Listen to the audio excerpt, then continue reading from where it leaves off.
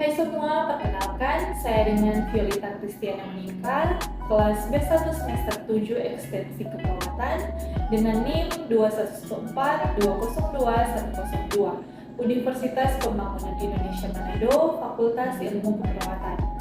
Saat ini saya akan menjelaskan tentang konsep keperawatan kritis, yaitu untuk memenuhi tugas ujian tengah semester dari mata kuliah keperawatan kritis dengan dosen pengampu Nurse Ariska Eskov M.Com. Definisi keperawatan kritis.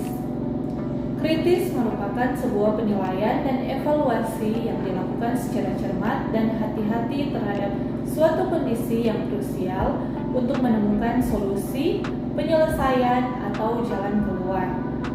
Keperawatan kritis merupakan spesialisasi yang menangani masalah aktual atau potensial yang bisa mengancam jiwa. Ruang lingkup praktik asuhan keperawatan kritis adalah pasien yang sakit dari segala usia, mencakup interaksi antara pasien dan keluarganya. Prinsip keperawatan kritis.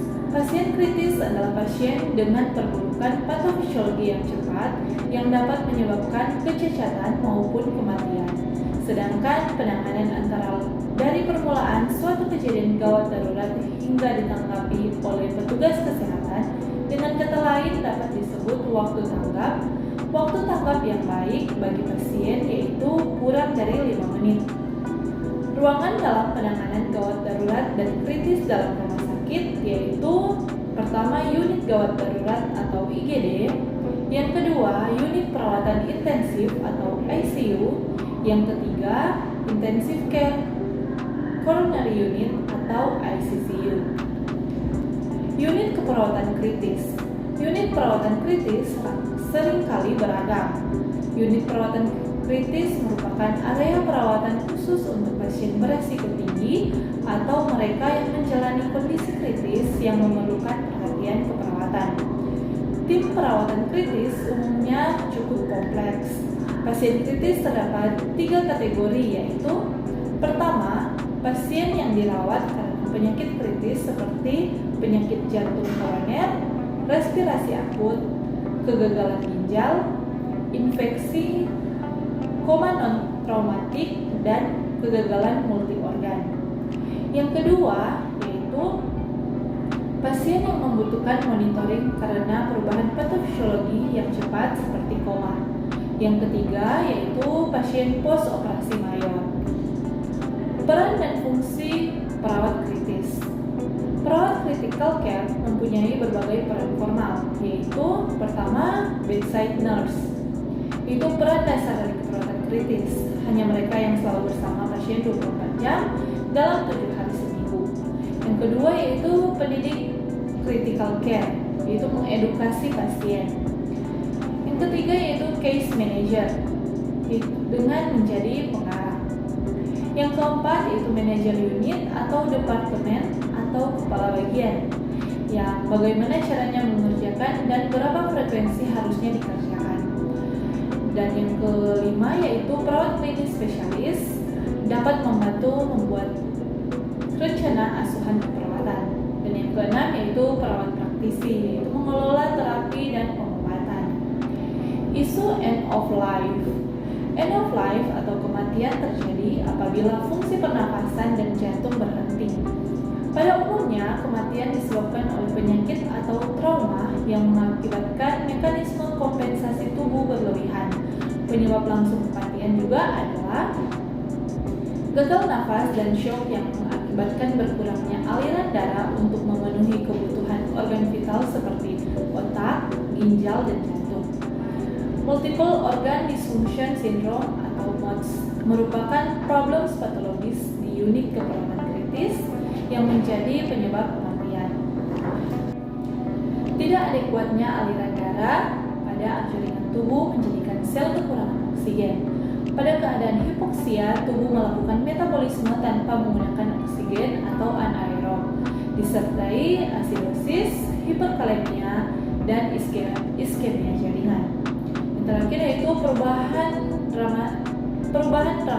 dramatis pada organ vital menunjukkan pelepasan dari toksin hasil metabolisme dan kerusakan enzim.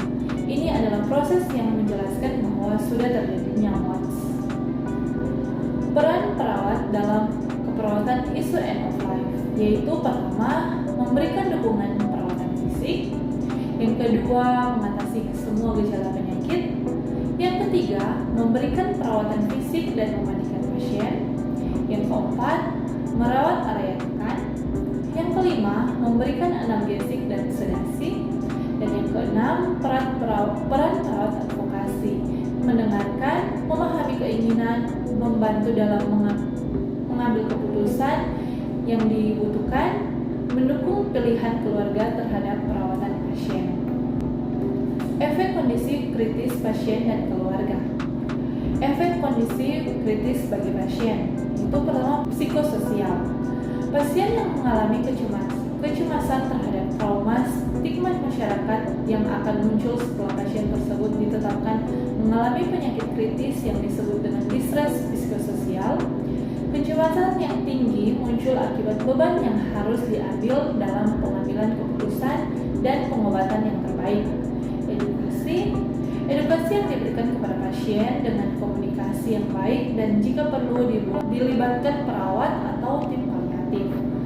Efek kondisi kritis bagi keluarga yaitu psikososial, yaitu keluarga akan juga bisa mengalami distres psikososial. Respon keluarga terhadap stres bergantung pada persepsi stres, kekuatan dan perubahan gaya hidup yang dirasakan terkait dengan penyakit kritis pada anggota keluarganya. Edukasi, rumah sakit akan memberikan fasilitas yang terbaik terutama pada keluarga. Tim kesehatan dan pasien dapat berkomunikasi melalui video call. Demikian penjelasan saya tentang konsep keperawatan kritis. Semoga dapat bermanfaat. Dan untuk teman-teman serta adik-adik yang masih bingung untuk melanjutkan studi di mana di Universitas Pembangunan Indonesia telah membuka pendaftaran untuk mahasiswa yang baru lulus dan juga mahasiswa yang akan melanjutkan, apalagi yang sudah bekerja yang ingin melanjutkan studinya ke S1 ataupun NAS.